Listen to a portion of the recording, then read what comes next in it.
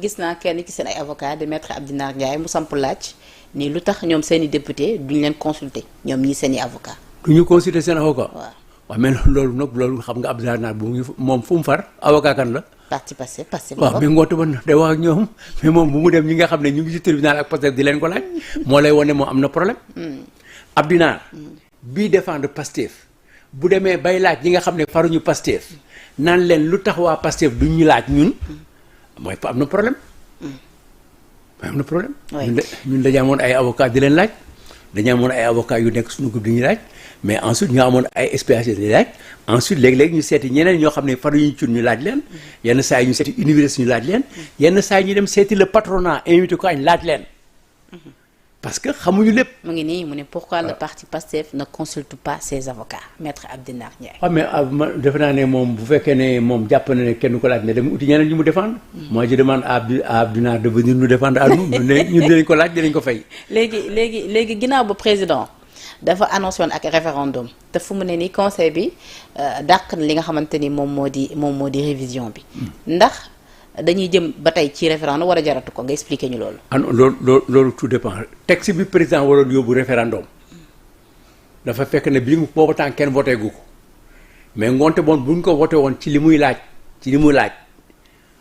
ak moom li mu laaj bu juboo woon ba pare dina dem référendum mais léegi dañ ci jubootul far nag nee nañu loi bi baaxul comme loi bi baaxul nag kenn ko yóbbu référendum.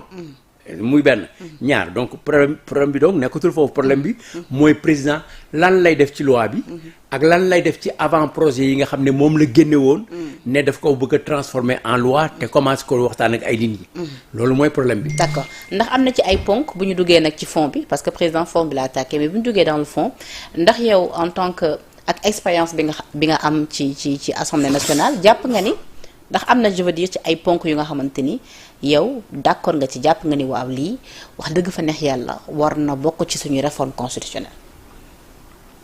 wax xam nga d'abord révision constitutionnelle li ma la wax dafa am ñaari yëf yoo xam ne benn defe naa ne ñoom li ñu war a jëkk a def Sénégal li mu war a jëkk a def mooy dindi majorité 3/5 des suffrages exprimés et loolu vraiment maa ngi koy demander universitaires yëpp jàngalekatu droit yëpp.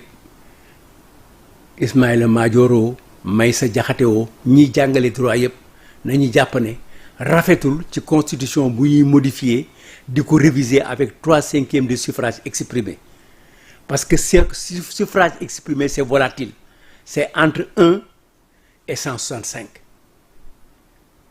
dafa leerul dafay mel ni bon bu 7 personnes ñëwee ci assemblée bi réviser constitution bi 4 contre 3 révision bi jàll na wala 5 contre 2 mooy 3/5. donc loolu baaxul mais ñoom sax d'ailleurs ñoom loolu la ñu rappelé woon comme jurisprudence pour foofu la ñu sukkandiku woon ci conseil bi pour dire que comme 3/5 ñoom ñoo ko adopté kon conseil bi. non du dàq li nga xamante ni moom moo di révision bi. non parce que ñoom ils étaient c'est-à-dire ñoom ils étaient persuadés que conseil bi daf du jox président avis favorable. 3/5 yooyu xam nga lan la.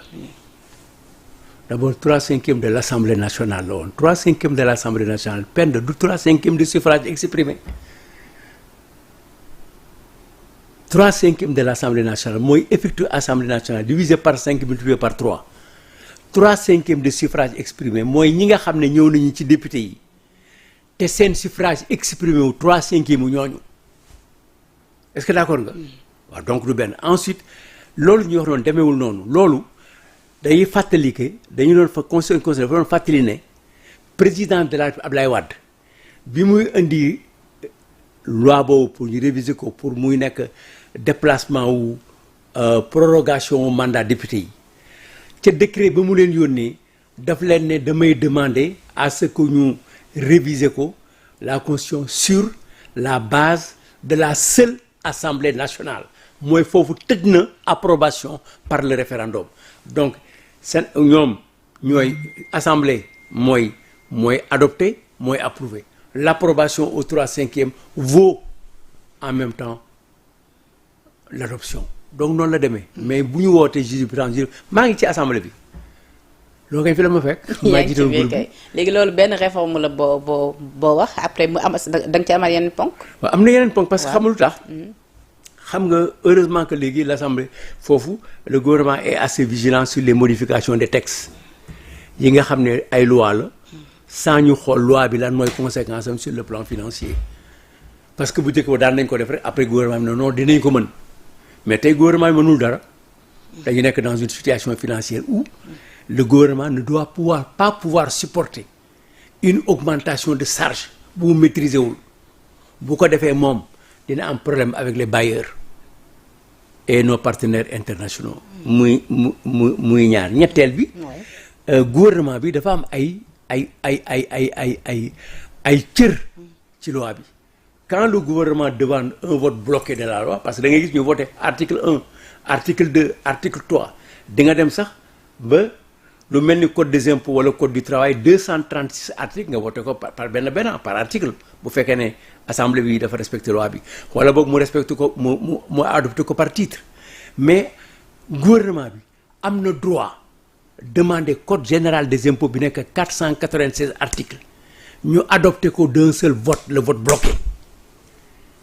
ah ouais.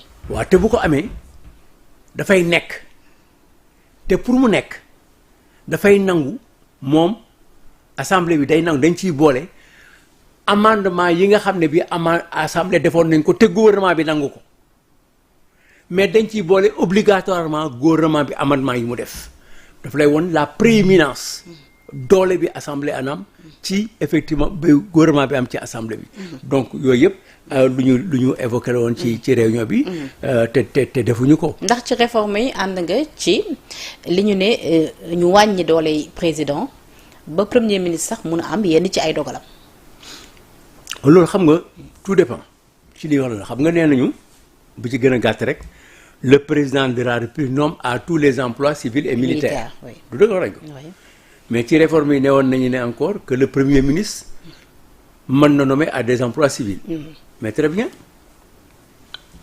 le président de la le mercredi nomme monsieur Cheikh Samb directeur général de la police extérieure et de l'espionnage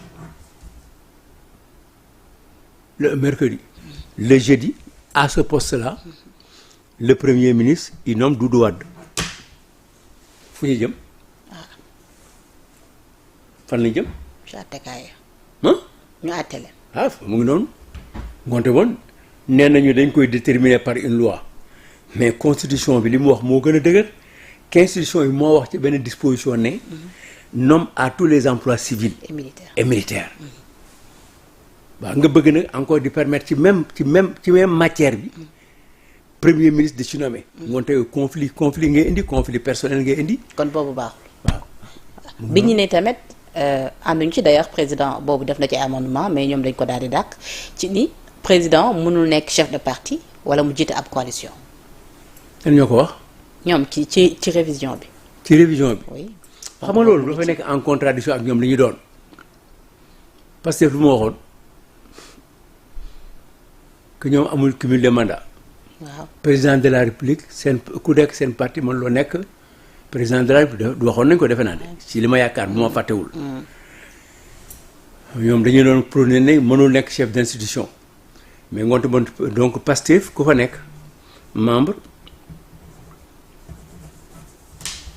doo mën a boolee parti bi ak leneen man gëwma loolu man li ma gëm man Doudou Wade ak suma parti li suma parti gëm te doxal ko mooy président de la République parti moo koy investir yóbbu ko gàddu candidature am dox programme am ay at 2 ans 3 ans 15 ans 10 ans ñun 24 ans lañ ko dox 24 ans la ñu dox pour suñu candidat nekk président ba pare ñu ne na génn ci parti bi déedéet ñun dañu d'accord que président de la bu ko neexee bokk ci parti kenn du ko tere surtout que nag suñu constitution déjà moo lay naan président de la république bi ñu fal am na droit am beneen mandat mais beneen mandat bi fan la koy wute Abdoulaye dafa mën a wute beneen mandat PDS est-ce que war na mën na koy AFP wala RND. déedéet wala PIT.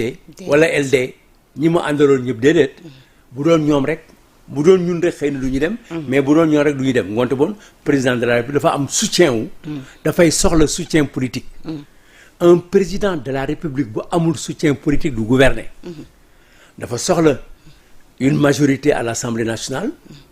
mën na bañ a nekk partem mën na nekk partem mën na nekk ñu boole c'est ce que nous avons appelé nous la nouvelle majorité. pour que mu mën a dox li muy dox.